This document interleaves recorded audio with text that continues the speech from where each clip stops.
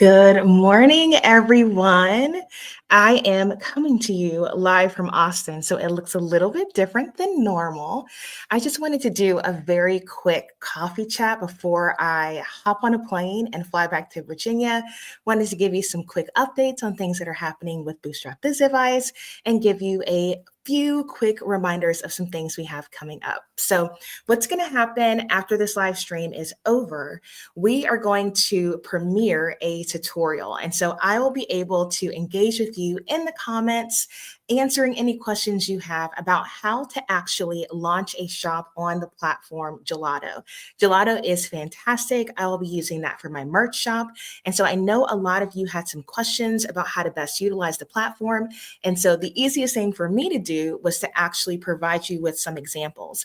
It does integrate really well with the Squarespace platform. And so that's going to make your life a lot easier if you already have a Squarespace website. Now, I do have a workshop coming up tomorrow with Justin Moore. And so before I give you some updates on what I've been doing in Austin, I want to give you a quick reminder of what we'll be going over. There are specific reasons why brands don't respond when you slide into their DMs or contact them using the press email from their website.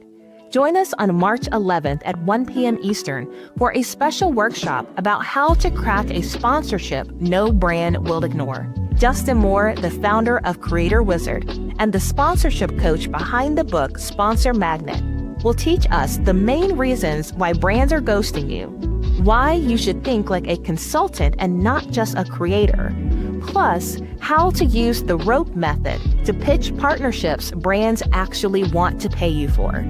To secure your seat in class, visit bootstrapbizadvice.com to become a member today.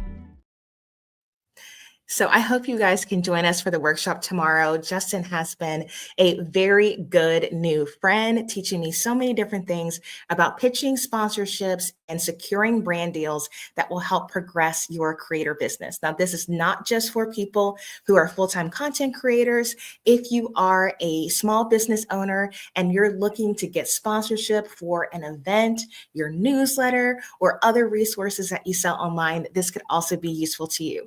So if you are already a Bootstrap Star student or a Bootstrap creator, you've gotten invited by Angela, all of that information is already in your inbox.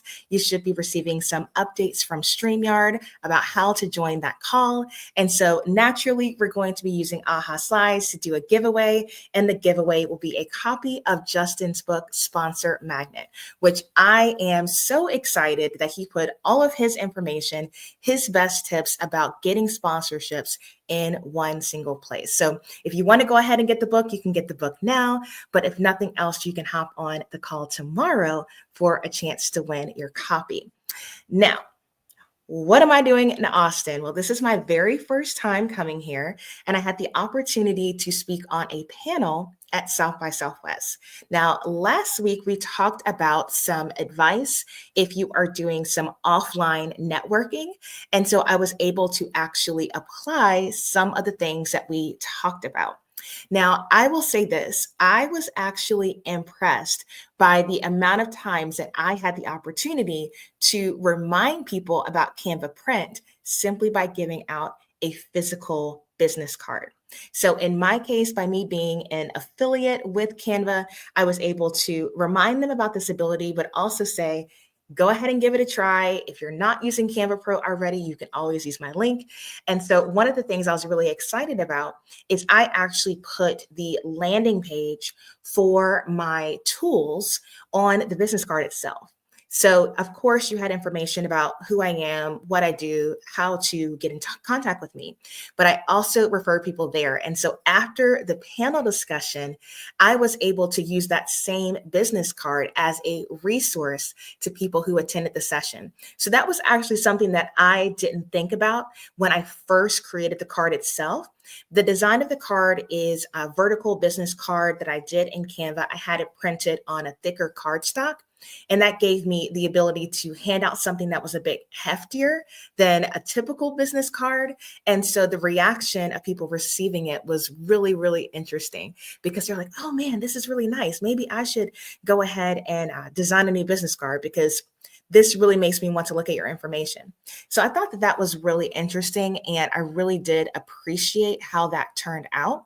I will also say that I think it was really interesting how much I learned just by networking with other people, what tools they were using, what events they were going to, how they overcame challenges in their business. So I knew that I would learn in that formal setting, attending other panels, but I took for granted just some of those networking opportunities at the meetups really taught me a lot about what people are doing in the online business community.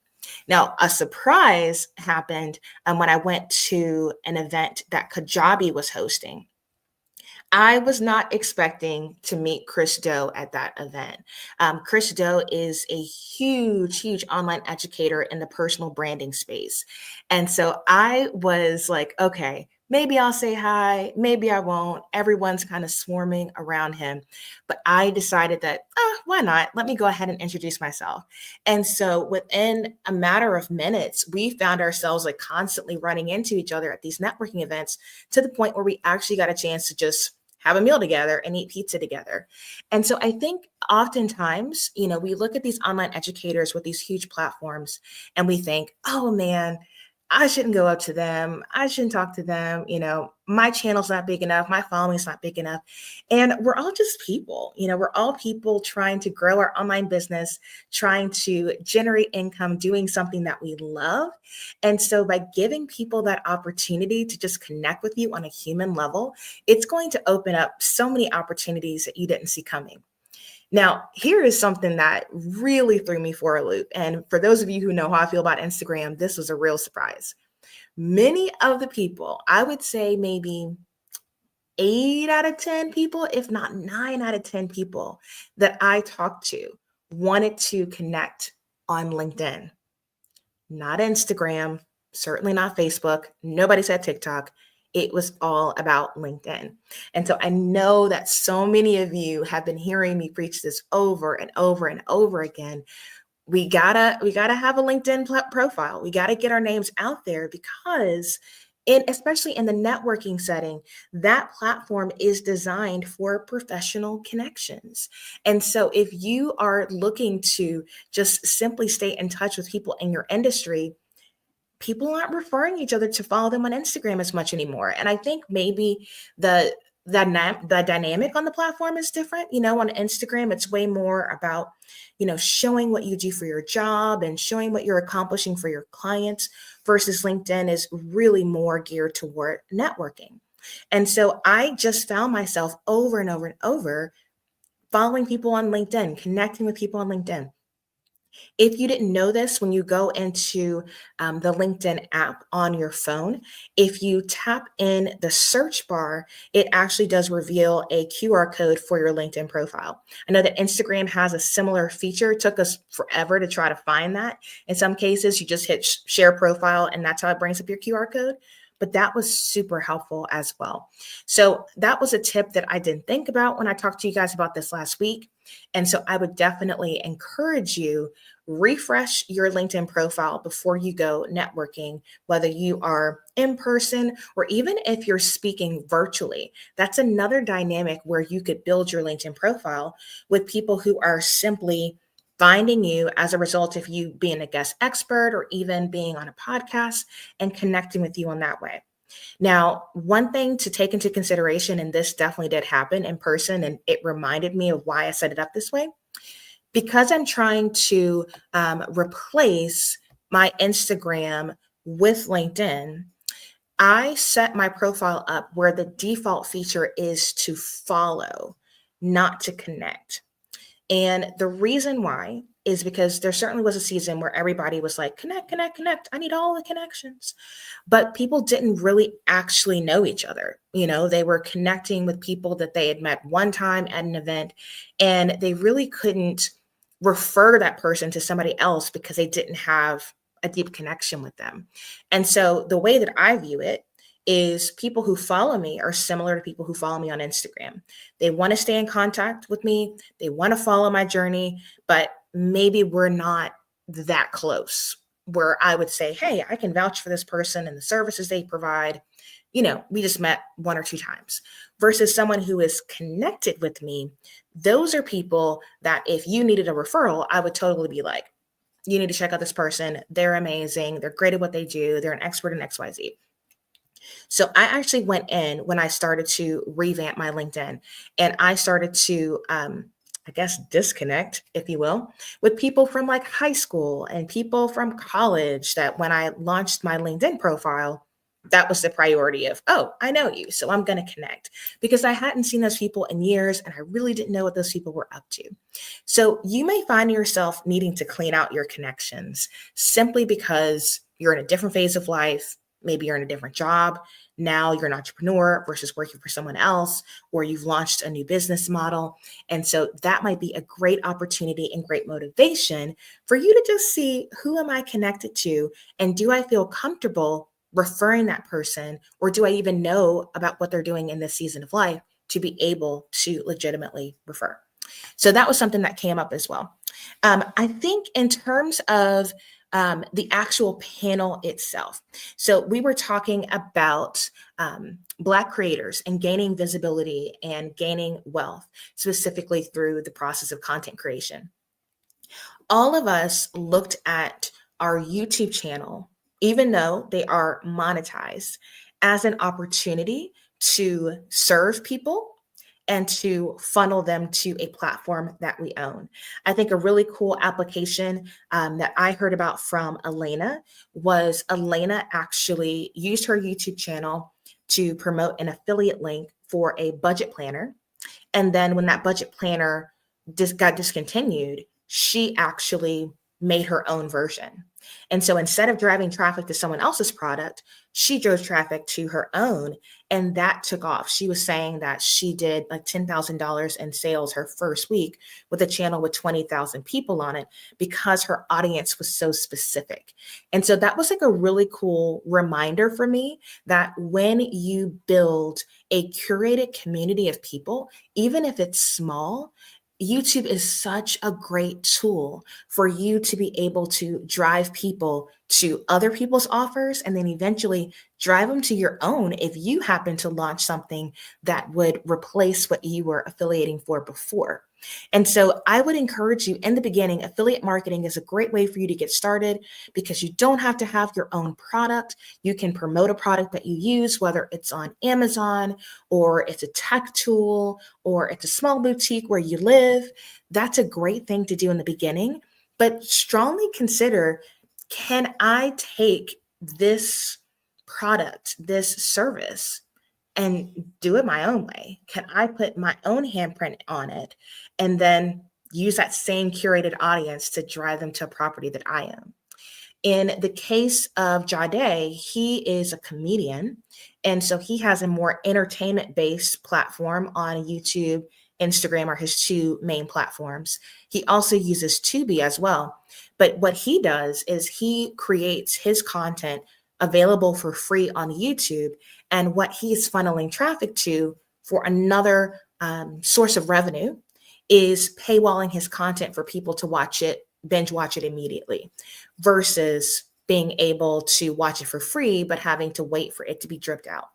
And so that's another dynamic for you to consider, is having a sense of urgency with how you release your content, to say, hey, if you want this content right now, if you want access to this resource right now, people are willing to pay for early access or for the ability to watch it all at one time. That feeling of how Netflix used to be back in the day. They're starting to act like, regular TV channels now, where they're dripping out the content week after week. But there certainly was a time when a new season would launch on Netflix where the whole season was there for people to binge. And so I thought that was a really cool dynamic too, that you could generate additional revenue simply by allowing people to see content before everybody else. You can do that directly through YouTube if you want to, through your content here. I see that a lot in the fitness industry, where people will release workouts early to their members and, drip it out to people who are watching for free. And so you don't even have to use another platform. You can simply use the membership side of YouTube to be able to grant access to specific videos. The channel fitness marshal, the way they do it is they'll do singular workouts. But if you want a 30-minute workout with no ads, then you become a member. So ad-free watching or being able to binge your content, those are additional ways that you can generate revenue. And it doesn't require too much more of a heavy lift. Okay. So those are some things that I was reminded of. They did record the panel discussion that we did at South by Southwest. Uzo also did some interviews with us individually. I'm going to be doing mine remote because I'm not going to be here for the whole week of South by. But that's going to be a great opportunity for you guys to get to know those speakers even more within that setting individually. So you can hear more of their behind the scenes journey and how they use YouTube to essentially create their dream jobs. And so I just thought it was a huge encouragement. Obviously, there was a lot going on. Apparently, they said 300,000 people will be here over the course of the entire event. And there were certainly certain parts of the event that felt like there were thousands of people all around. I was really encouraged in the expo area because people were actually going to market with new tech tools.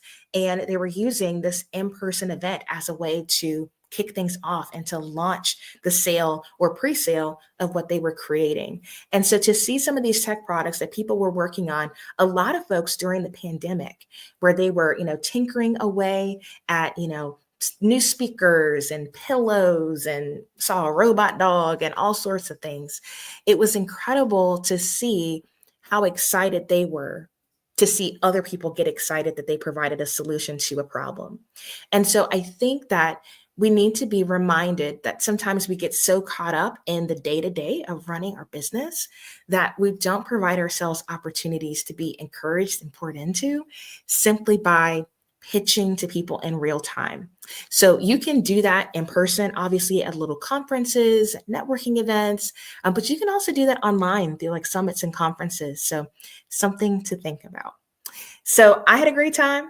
I will be flying from Austin to Atlanta, from Atlanta to Roanoke, then driving home.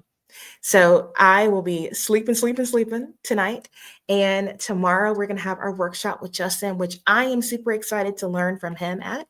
And in just 10 minutes, I'm going to be hopping over in the comments on the gelato tutorial. So if you have any questions about launching your merch shop using gelato, I can answer those in real time, or I can answer them after the video premieres.